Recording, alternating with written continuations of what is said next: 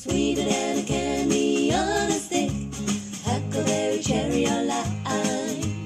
If you had a choice, he'd be your pick, but lollipop is mine. Lollipop, lollipop, oh lolly, lolly, lolly, lollipop, lollipop, oh lolly, lolly, lolly, lollipop, lollipop, oh lolly, lolly, lolly, lollipop. These women in the churches are no different than the secular women. They think they're equal to men. And so they'll make up things to make themselves feel good. And the men are so weak, they go along with it. And we have mess. And we have mess.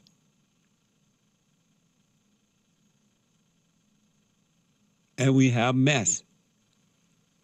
My husband's my partner. Well, when the Bible says your husband is your head, my husband, my partner. This is why we're losing our country. An example of it, by the way.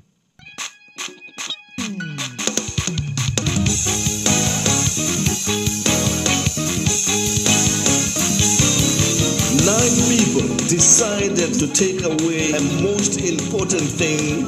Why, George, God? The right for abortion. A woman's reproductive rights is on the ballot. And I read the Bible cover to cover. Immigrant justice is on the ballot. You will emerge from that as an atheist. You can love God, you can be a member of your church, you can choose to have an abortion, and you can still be a good person, all at the same time. People want to know what that means that you just said. Ready, set, go. Maria, welcome to the show. You're on the air. Good morning. How are you? All is well. Thanks for calling. I am so excited to call. There's a few things that you were talking about this morning, and I love my Bible. I love John, especially because, God makes it pretty simple when he gives us commandments. He gives us commandments to love and serve each other. Now, that might be simple. It's also one of the hardest things to do, to purely love one another. But Are you a minister? I am. I am a youth minister. And why is it so hard to love one another? I think because of greed, and Satan builds all that up, pride, and you want power, and you forget that pure love is selfishness or selflessness. And it's service. It's a service heart. That whole faith without works is dead. You actually have to actually care for each other and serve something, not with a jealous heart or a prideful heart. And those things are Satan. Those things block us from just truly having that love of God for each other. And so do you love? So do you love all people? I do. I try to. Service is my number one thing. I've always has been. I truly believe that if we serve each other, we're serving God. And how do you serve as a minister or a person, period? How do you serve?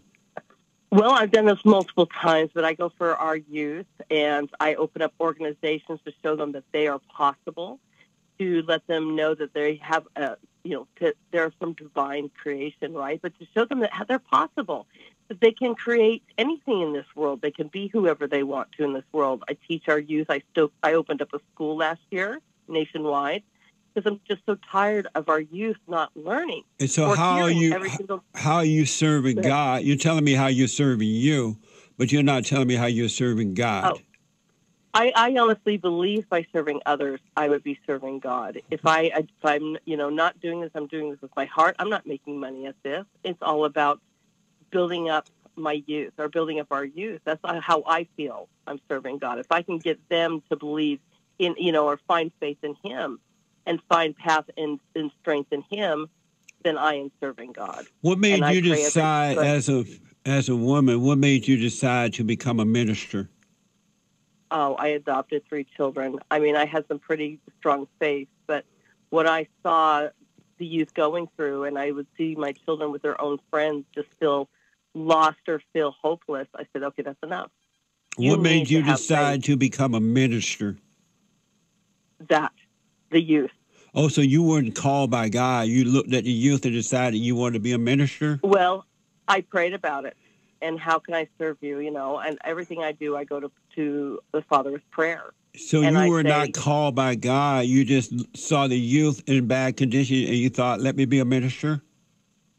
Well, no. Again, I have to pray about everything I do. I'm like, Father, if you show me the path and show me the door, I will walk through and do the work. and he laid it in front of me. And so you weren't called by God. You decided you saw that the youth was in bad condition, and you decided, let me be a minister? I guess you could say that. I thought, I personally am going to argue that because I went to prayer, and I got a confirmation this is what I need to do. So I'm going to say that, yes, I was served by God, or he wouldn't have put it in my pathway, just like my school that I opened. It's 100% his path. But God does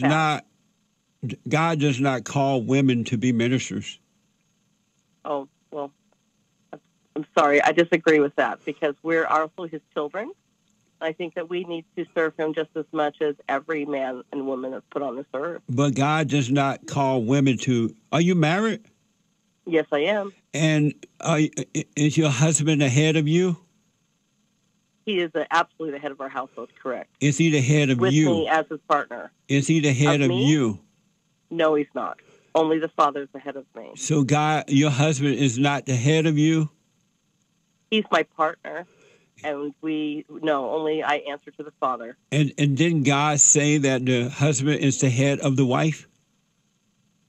I don't know. I believe that we are supposed to be a joint partnership in this venture. He has his role. I have my role. I know that what you believe, but did God say that the husband is the head of the wife?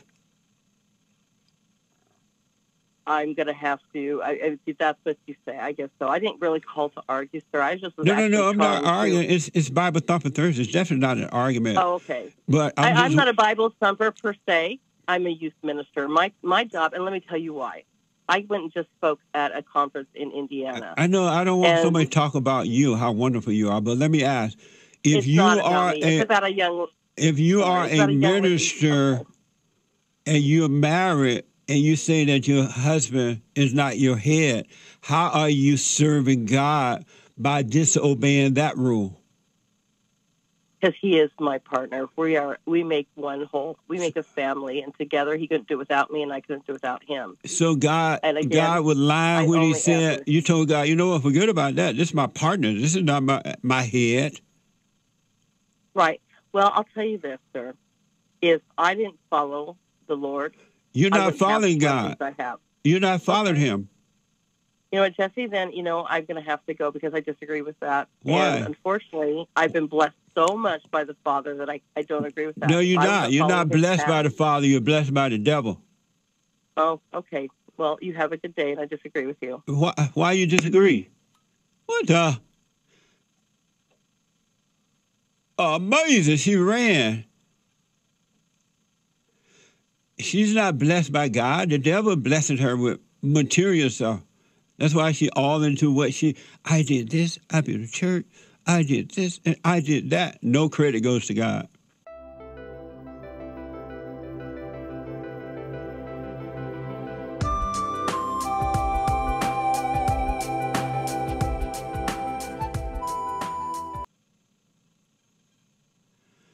Ain't no use in praying for her no more. She gone.